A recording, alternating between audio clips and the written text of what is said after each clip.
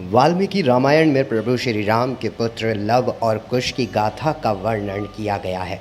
Love कुश का जन्म एक असाधारण घटना थी। भारत के भावी सम्राट और अयोध्या के राजकुमार लव कुश महर्षि वाल्मीकि के आश्रम में माता सीता के संरक्षण में बड़े हुए थे। पर यह सोचने वाली बात है कि अयोध्या के राजकुमार एक आश्रम में पले बढ़े, आखिर क्यों? रामायण में ये सबसे संवेदनशील घटना सुनने को मिलती है कि श्री राम ने वंश को कलंक से बचाने के लिए लक्ष्मण से ये कहा कि वे सीता को तपोवन में छोड़ आएं। हालांकि कुछ जगह यह भी उल्लेख मिलता है कि श्री राम का सम्मान उनकी प्रजा के बीच बना रहे, इसके लिए माता सीता ने खुद अयोध्या का महल छोड़ दिया और वन में जाकर वे वाल्मीकि आश्रम में रहने लगी। उस समय वे गर्भवती थीं और इस अवस्था में उन्होंने अपना घर छोड़ा था, लेकिन जिसके बारे में राम जी को कोई जानकारी नहीं थी। फिर कुछ समय बाद वाल्मीकि आश्रम में बिताने के बाद वहीं माता सीता ने लव और कुश नामक दो जुड़वा बच्चों को जन्म दिया। लव और कुश अपने पिता के समान ही धनुर्विद्या में रुचि रखते थे और महर्षि वाल्मीकि ने उनकी शिक्षा का उचित प्रबंध भी किया था। दोनों बालक मेधावी थे तथा शस्त्र और शास्त्र की विद्या को सिद्धहस्त करने में जहां दूसरे लोगों को जीवन लग जाता था, वहीं किशोर अवस्था तक आते आते वे दोनों वीर पराक्रमी और प्राकांड विद्वान बन गए थे। लव और कुश आश्रम में ही पले बड़े और वे इस बात को नहीं जानते थे कि अयोध्या के राजा राम उनके पिता हैं और उनकी माता जानकी ही राजा राम की पत्नी सीता है। महर्षि वाल्मीकि जी लव कुश को राम कथा सुनाया करते थे, लेकिन उन्होंने भी उन्हें उन दोनों कुमारों को कभी ये नहीं बताया कि वे उस प्रतापी राजा राम के पुत्र हैं। राम जी को अयोध्या में शासन करते हुए समय बीत गया तो महर्षि वशिष्ठ ने उन्हें अश्वमेध यज्ञ करने का विचार दिया।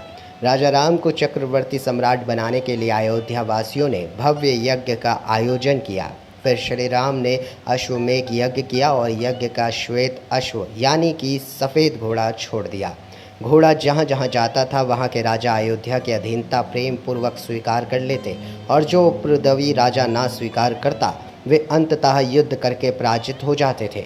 लेकिन फिर ये घोड़ा भटकते भटकते हुए जंगल में आ पहुँचा। वहाँ लव और कुश ने इसे पकड़ लिया। घोड़ा पकड़ने का अर्थ है अयोध्या के राजा राम को चुनौती देना। राम जी को जब ये पता चला कि किन्हीं सुकुमारों ने घोड़ा पकड़ लिया है तो घोड़े को पकड़ने के पीछे उन बालकों का क्या उद्देश्य है, ये जानने के लिए पहले राम जी ने अपने खास दूत भेजे। जब ये पता चला कि वे दोनों सुकुमारों घोड़ा छोड़ने को तैयार नहीं हैं और वे चुनौती दे रहे हैं, तो भरत, शत्रुघ्न और लक्ष्मण के साथ लव कुश का युद्ध हुआ। लेकिन सभी लव और कुश से पराजित होकर वापस अयोध्या लौट आए, क्योंकि लव और कुश तो स्वयं भगवान राम के अति पराक्रमी पुत्र थे जिन्हें हरा पाना किसी के भी बस की बात न थी। इसलिए अंततः खुद श्री राम को लव और कुश के समक्ष जाना पड़ा। तब राम जी ने दोनों बालकों की योग्यता देखते हुए उन्हें अपने यज्ञ में शामिल होने का निमंत्रण दे दिया, जिसे स्वीकार करते हुए लव और कुश अयोध्या नगरी जा पहुँचे। और नगर में पहुंचकर लव और कुश ने जो श्री राम जी की गाथा अपने गुरु वाल्मीकि जी से सुन रखी थी, उसी के अनुसार राम जी का गुणगान पूरे अयोध्या में घूम घूम कर रहे थे।